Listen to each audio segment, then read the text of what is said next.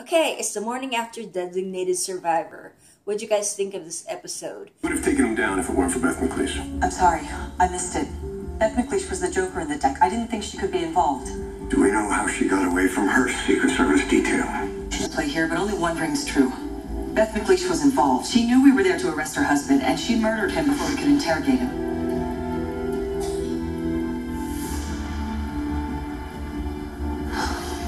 What kind of fanatics are we dealing with here? President Kiefer gets the news from his team, and he's pissed, right? We saw that he is pissed. He's like, how the hell did this happen under your watch? Well, I like how Hannah described the situation, that she didn't realize that Beth Mcleish was the Joker in the deck. She definitely was a curveball. She just threw everything in there, and Hannah is one smart chick. She said, you know what? She's involved. I told you. I told you. Okay, so it's kind of interesting that we get a personal glimpse of his staffers and that they don't get enough hours of sleep. And if you notice, some of them, I think Seth and Aaron, they're still wearing their work clothes, and Emily, she takes her work home and she's sleeping on the couch with the TV still on. My goodness, they would, of course, get burned out. That is one crazy career. But they definitely put their heart into their work. But, man, that is just unhealthy. So, hey, how do they run on empty gas? I don't know, but it's true. They do need sleep. They've got to be at the top of their game.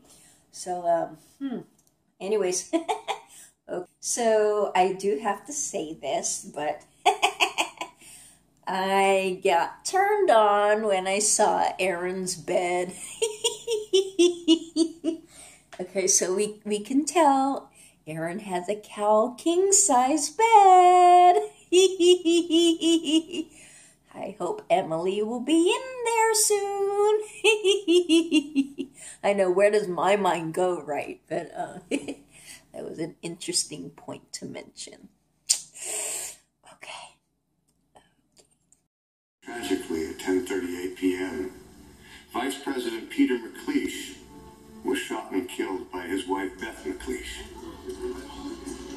She then turned the gun upon herself and committed suicide.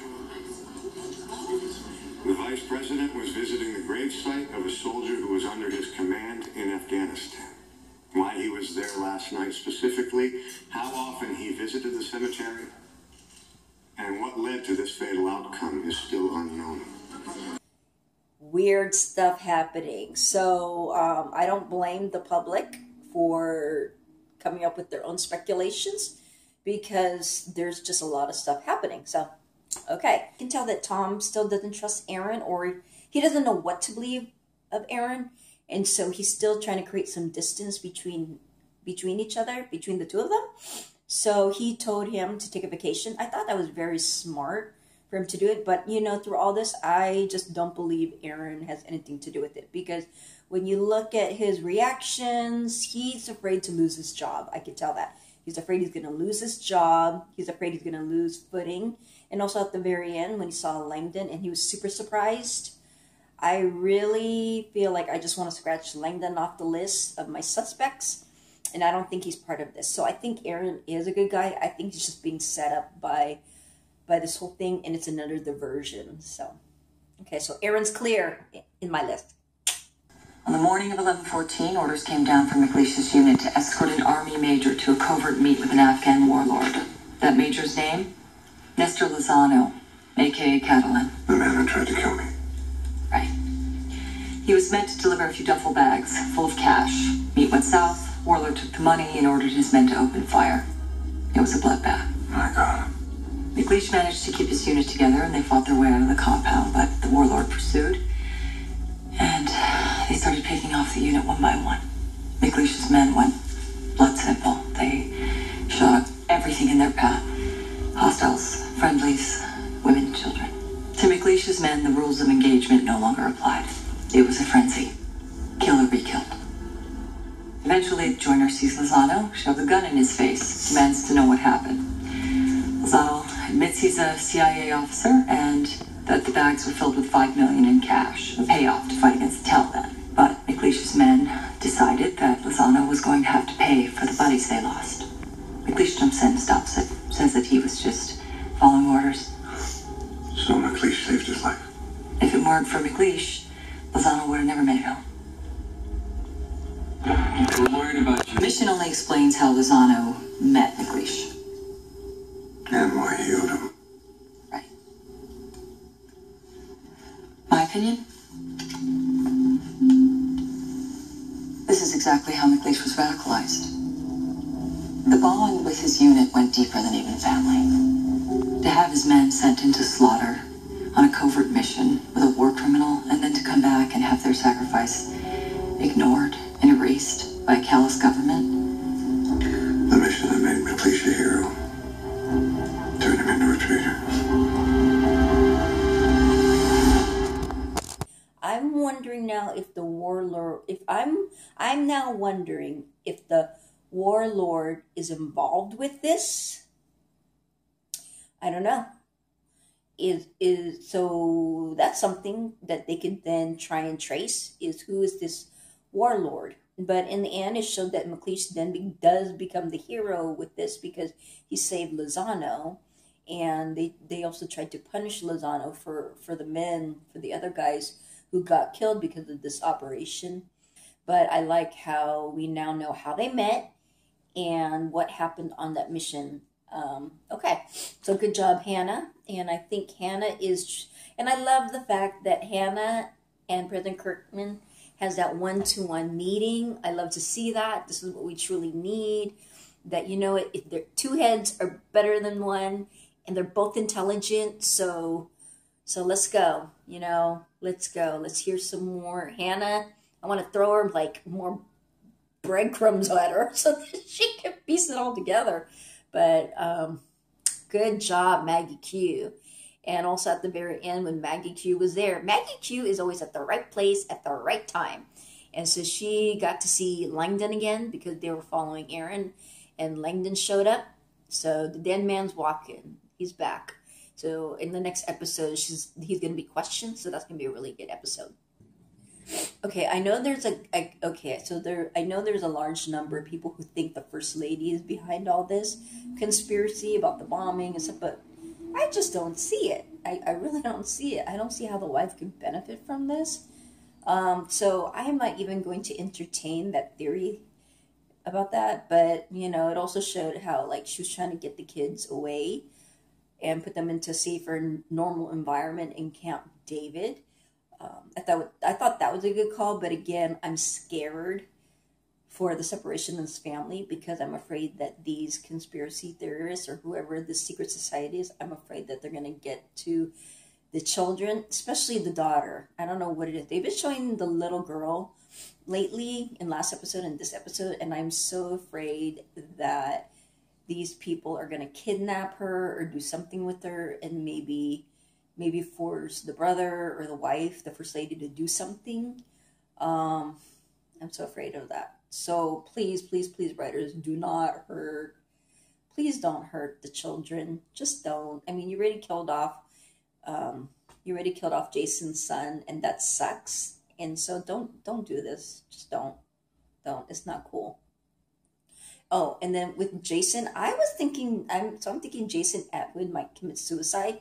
He is so broken. I feel so bad for him. And I was truly afraid that when he kicked Hannah out of his house, that he would hurt himself. I'm afraid, and I wouldn't be surprised if that happens, but I'm thinking it would be good for him to get back on there. But I think Jason Atwood is so broken right now that he just lost everything, that I don't know how he's going to be able to pull him back together again. But I sure hope he gets help. I'm really worried about him. So please get better. And let's all pray for Jason Atwood. Can we all do that right now? Just pray for Jason Atwood. Okay. President Kirkman's would-be assassin. Sure, the FBI released a statement on Lozano last night. Was told us virtually nothing.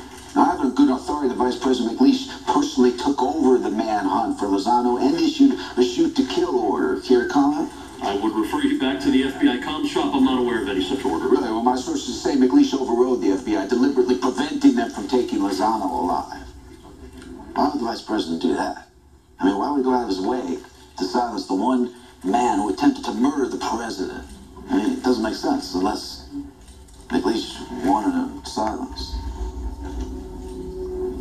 And he wants to then crack the case because he knows something's up between Mcleish and Lozano, and he knows there's a whole cover-up conspiracy going on.